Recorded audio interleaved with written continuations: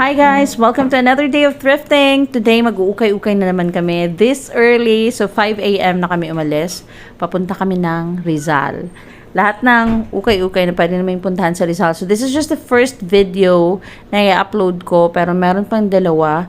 And as always, if you haven't subscribed to my channel yet and you love ukay-ukay as much as I do, or you love ukay-ukay videos, please don't forget to hit like and subscribe. I have a lot of ukay-ukay videos coming soon for you guys.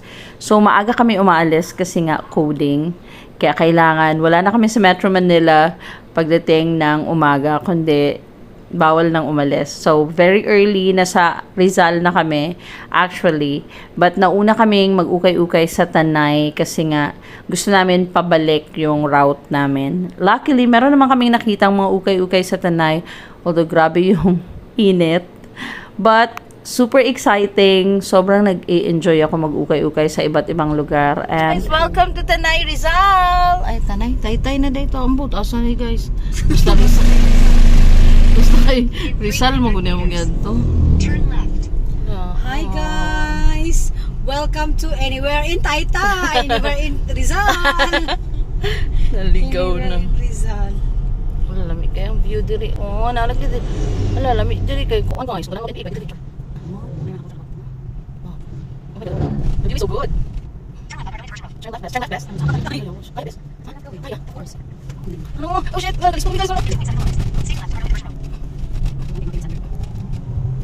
first ukay spot of the day is this ukay na nasa tabi lang ng kalsada. Ganyan siya. Open siya na ukay-ukay. Actually, mainit siya guys. Ito yung ukay. Meron tagwa 100 pesos. Meron din dito mga 65 pesos. Excited ako ipakita sa inyo yung mga naukay namin for today. May mga pants din pala dito. So far, we scored pants din na magaganda dito sa ukay na to. Luckily, which is very exciting kasi gustong-gusto ko pag pants yung mga nakikita ko sa ukay-ukay. Kami lang pala yung nag-uukay dito guys, mga 12 p.m. na to. So sobrang init siya. Tagaktak talaga yung pawis namin dito. Luckily mabait yung nagbabantay. This is the first pants. This is red, high-rise. More of mom jeans siya at ang ganda ng condition. Para pa siyang bago. Makapal siya, hindi siya stretch, but it's really nice quality. Yung mga pants dito, meron din dito mga trouser. This one is Banana Republic. Kaso low waist siya, kaya hindi ko siya kinuha. Gusto ko yung mga high-waisted na mga pants or kahit trouser pants, guys. Meron din dito mga dress. May mga skirts din, kaso konti na lang at hindi ko masyadong bet yung mga skirts dito sa location na to. But thankfully, meron kami mga nabili dito na mga medyo madami-dami ding items which I will be showing you later kung ano yung mga nabili namin. Nakaka-excite lagi mag-treasure hunting sa mga ukay-ukay. Hindi ko alam sa inyo, but I've been doing this for a while and I still feel the same excitement. Kapag pumupunta ako sa mga ukay-ukay, na-excite ako lagi kung ano yung makikita ko while checking on the rack. Super nakaka-excite kahit sobrang init. Medyo madami-dami yung nabili namin dito. Nag-check din ako ng mga dresses. Kaso mga mini dresses lang yung mga nandito. At hindi ko masyadong nagustuhan na lang yung selection kasi konti na lang siya. Pero excited ako ipakita sa inyo yung mga nabili namin. First is this. This is excellent condition. Men's na button down. This is like new pa guys. Then we have this. This is denim pants. Contrast stitching. Ang ganda ng quality. At ang ganda ng itsura niya. Gustong-gusto ko yung mga ganitong denim pants. Ang lakas niya maka Y2K, tapos gustong-gusto ko rin yung quality. Ito naman yung pants kanina.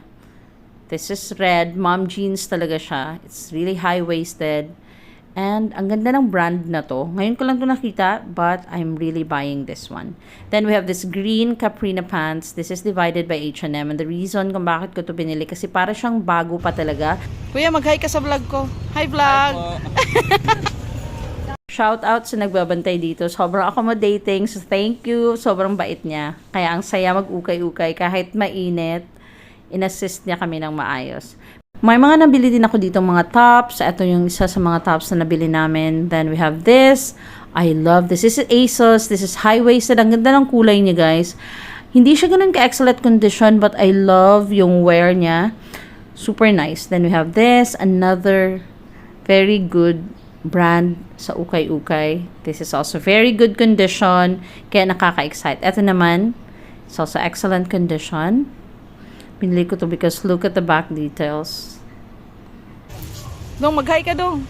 Hi vlog! Hi mga taga Davao! Hi vlog! Hi to Davao City Davao. po ito. Hi to Davao, sige. I am Davao.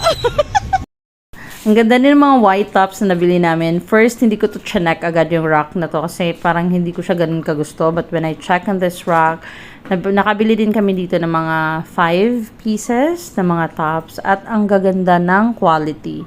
Ito kasi bihira ko siyang check kasi normally kapag white, meron siyang mga mancha or sobrang dumi niya. Pero ang ganda ng mga nabili namin dito and in fairness, hindi siya ganun kamahal, which is really nice. Kapag white yung top na binibili ko, lagi kong chine-check yung sa may leeg na area kasi kapag sobrang dami ng stain, ang hirap niyang tanggalin. Kaya hindi ko yun binibili. But from this ukay, ang cute ng mga blouse at ang ganda ng quality, guys.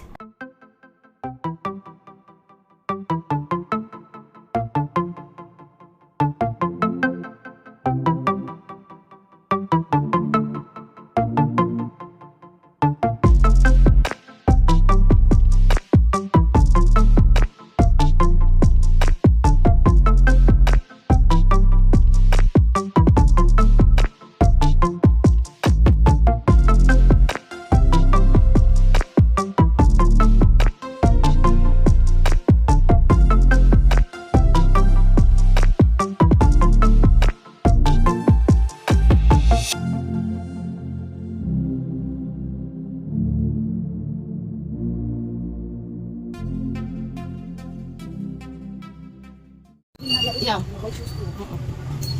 Ang yung buyo niya eh. Ito, ano tingin sa araw niya?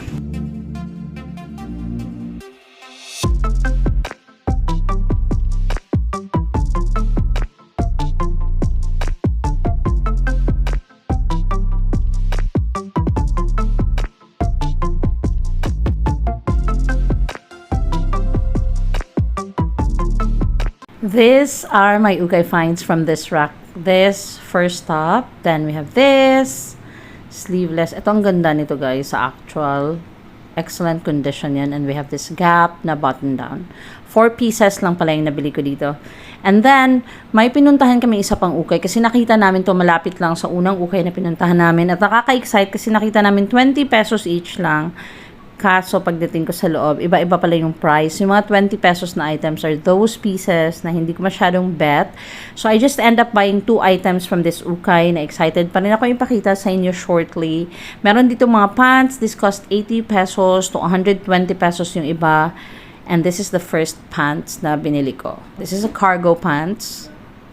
This is 120 pesos, guys. Hindi to 80 pesos. And then this one, this is also very good condition naman. And this is 80 pesos sa ukay na to. That's it for today, guys. Again, if you haven't subscribed to my channel at mahilig kayo mag-ukay-ukay or baka maraming ukay-ukay sa place nyo, please comment down below. Baka pupuntahan namin. And as always, excited ako i-share sa inyo yung mga ukay finds ko and regularly na kaming mag-uukay sa iba't ibang place. Kasi meron akong kaibigan na lagi ko nang kasama sa pag-uukay dahil pareho kaming mahilig sobra sa ukay-ukay. Comment down below, guys. Baka may ukay dyan sa inyo. Thanks, guys, for watching. I'll see you in the next one. Don't forget to subscribe. Meron pa akong 2 pang ukay sa Rizal na i-upload ko. Pero sa ibang place naman. Thanks, guys, for watching. Bye! Ano yung mga na-amin ninyo, alahiga?